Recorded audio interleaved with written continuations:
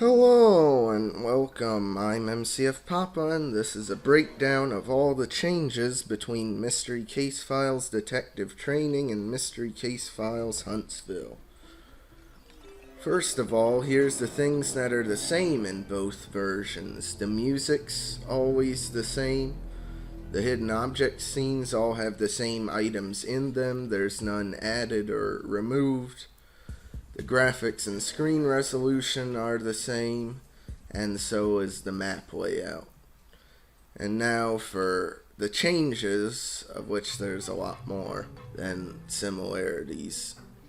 There's no close or minimize button on Detective Training's windowed mode, but there is one on the original Huntsville.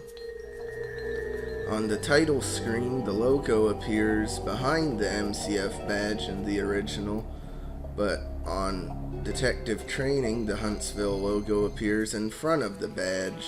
The More Mysteries tab in Huntsville features every game up to Escape from Ravenhurst, but on Detective Training there's only the first 4 games listed. However, on Detective Training there's also a tab for the Hidden Expedition games. The most important change is that Detective Training has far fewer cases compared to Huntsville. Cases 5, 6, 7, 8, 9, and 10 from Huntsville are completely absent from Detective Training, along with the corresponding ranks. The case tabs are rectangles in Huntsville, but they're slightly rounded off in Detective Training. Also, the case report appears over a black background in Huntsville, but the background is whatever location you're investigating or the map in Detective Training. In terms of the number of times a location appears, Hunt and Peck Attorneys at Law in Huntsville appears 7 times, in Detective Training only 5. The bookstore appears 4 times in Huntsville and 2 times in Detective Training. Ty's Clock Shop appears 5 times in Huntsville and not at all in Detective Training. Rudy's Barber Shop appears 5 times in Huntsville and 3 times in Detective Training. Ivan's Cafe appears 8 times in Huntsville and 5 times in Detective Training. The Huntsville Fire Station appears 5 times in Huntsville and 3 in Detective Training. Pete's Pawn Shop appears 5 times in Huntsville and not at all in Detective Training. The Science Museum appears 3 times in Huntsville and 2 times in Detective Training. The Captain's Inn appears 6 times in Huntsville and 5 times in Detective Training. Alice's Diner appears 6 times in Huntsville and 4 times in Detective Training. Greg's Toyland appears 4 times in Huntsville and 3 times in Detective Training. The Art Museum appears 4 times in Huntsville and not at all in Detective Training.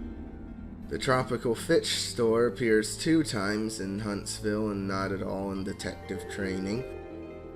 Paul's Exotic Pets appears 2 times in Huntsville and not at all in Detective Training.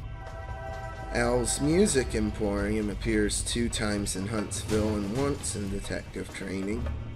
The Huntsville Cemetery appears 3 times in Huntsville and twice in Detective Training.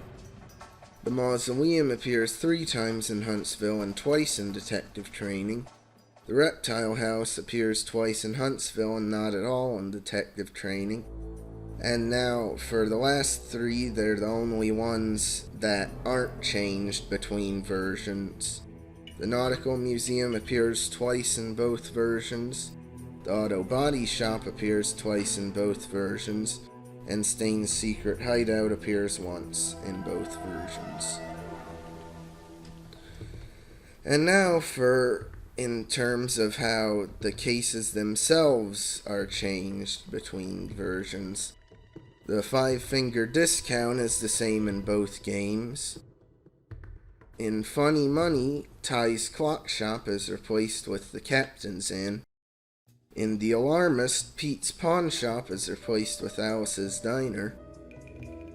Loose Nut has a time limit of 13 minutes in Huntsville and 16 minutes in Detective Training. This is the only case to have a different time limit between the two versions. For completing it in Detective Training, you get the rank of Undercover Agent while you get Investigator in Huntsville. In Confidence Man, Paul's Exotic Pets is replaced by Alice's Diner. You need to find 47 items in Huntsville, but only 39 in Detective Training. In The Color of Money, Ty's Clock Shop, Pete's Pawn Shop, and the Art Museum are replaced with Greg's Toyland, and you only need to find 35 items compared to Huntsville's 55. In Environmental Enemy, the Tropical Fish Store is missing. You only need 35 items instead of Huntsville's 47. In Main Man, you need to find 45 items in Detective Training instead of 47. Stain's Secret Hideout has a map of the city in the case report in Huntsville, but in Detective Training it's the same pictures as all the other suspects. Also in this level, Pete's Pawn Shop, the Art Museum, and the Reptile House are missing, and there's only 50 objects needed instead of 76. The Big Boss is the same in both games, but it's a numbered case in Detective Training, while in Huntsville it doesn't have a number, it's just called the Big Boss. Your rank is Senior Operative in Huntsville, but in Detective Training, your rank is Master Detective, even though you aren't supposed to be promoted to that rank until after completing this case. On the end screen, Guilty as L and Doris Blevins had their mugshots removed, and Pawnshop Pete's assistant Lou has his mugshot hidden behind the Master Detective badge because he doesn't actually appear in this version of the game. The angle of the newspaper was also slightly changed. And that's it. This was hopefully an exhaustive list of all the changes. I hope it was informative. I still don't recommend this game, but link will be in the description if you want to get it, even though it's just the worst version of Huntsville. Like and subscribe if you want, and I'll see you next time.